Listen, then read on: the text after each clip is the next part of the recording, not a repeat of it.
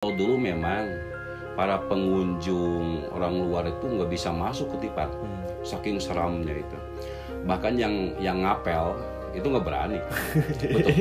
Pokoknya setiap ada ngapel tuh sendalnya hilang. Atau sepatunya hilang. Itu setiap ada ngapel. Bahkan dipalak uang, atau kalau tidak pulang bak belur. Itu kalau oleh ngapel ke Tipar. Tipar adalah salah satu wilayah yang terkenal di kota Sukabumi. Memiliki begitu banyak cerita, baik tragedi atau kontroversi.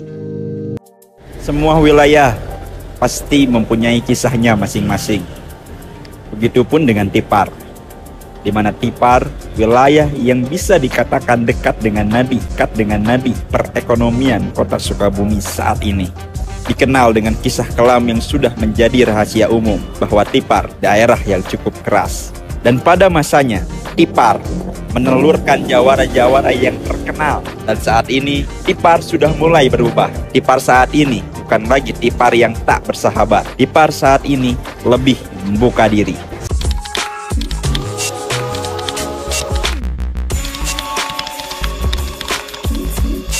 Assalamualaikum Bapak. Waalaikumsalam warahmatullahi wabarakatuh. Sebelumnya mungkin kita di sini ada bertujuan untuk bagaimana memperkenalkan Tipar yang baru kembali, yaitu. Tapi sebelum masuk ke sana, kalau boleh tahu bagaimana background dari Bapak sendiri? Pertama-tama saya ucapkan alhamdulillah banyak terima kasih kru mediasi telah hadir di sini akan mengangkat keadaan Tipar yang sesungguhnya. Pertama, saya memang asli orang Tipar di sini dari dulu.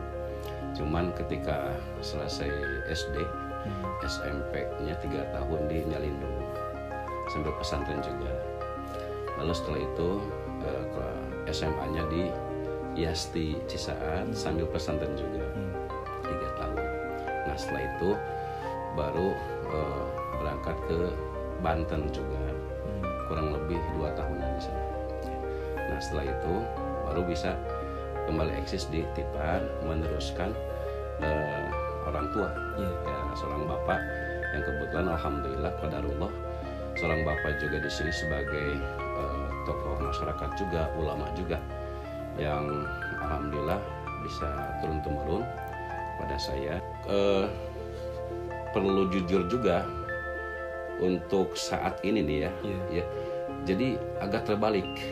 Kalau dulu memang para pengunjung orang luar itu nggak bisa masuk ke Tipar, saking seramnya itu. Bahkan yang ngapel itu nggak berani. Betul. Pokoknya setiap ada ngapel tuh sendalnya hilang. Atau sepatunya hilang. Itu setiap ada ngapel. Bahkan dipalak uang, atau kalau tidak pulang bak belur. Itu kalau oleh ngapel ke Tipar.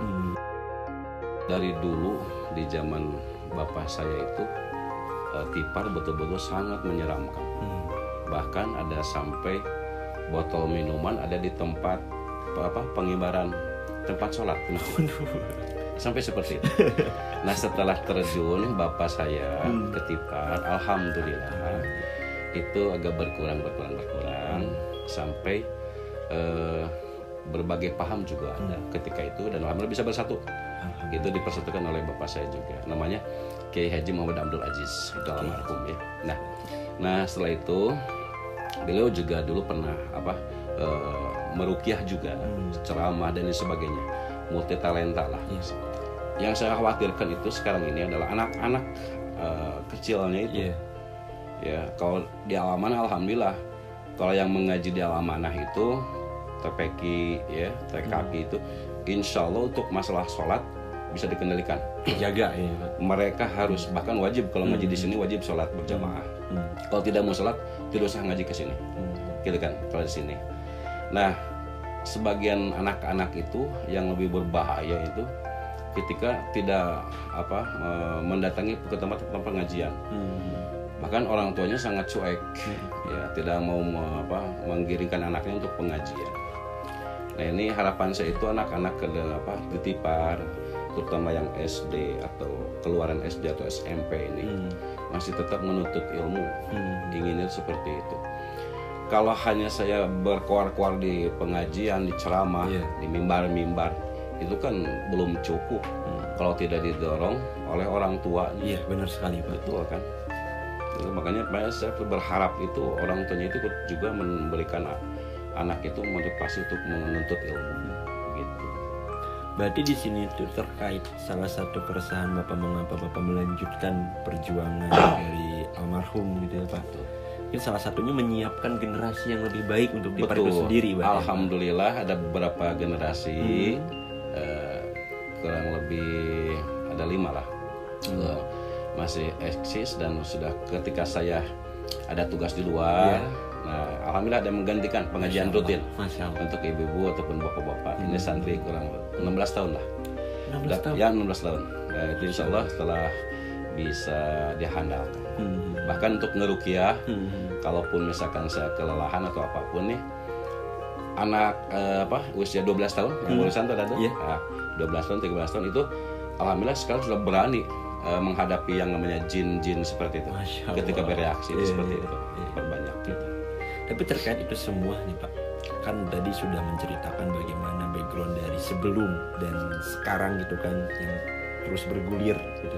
Nah, untuk hari ini nih Pak, dari mungkin 2024-2023 terkait sudut pandang Bapak Tipar hari ini tuh seperti apa sih gitu? Kalau Tipar hari ini, insya Allah sih tidak terlalu seperti yang dulu ya. Seperti yang tadi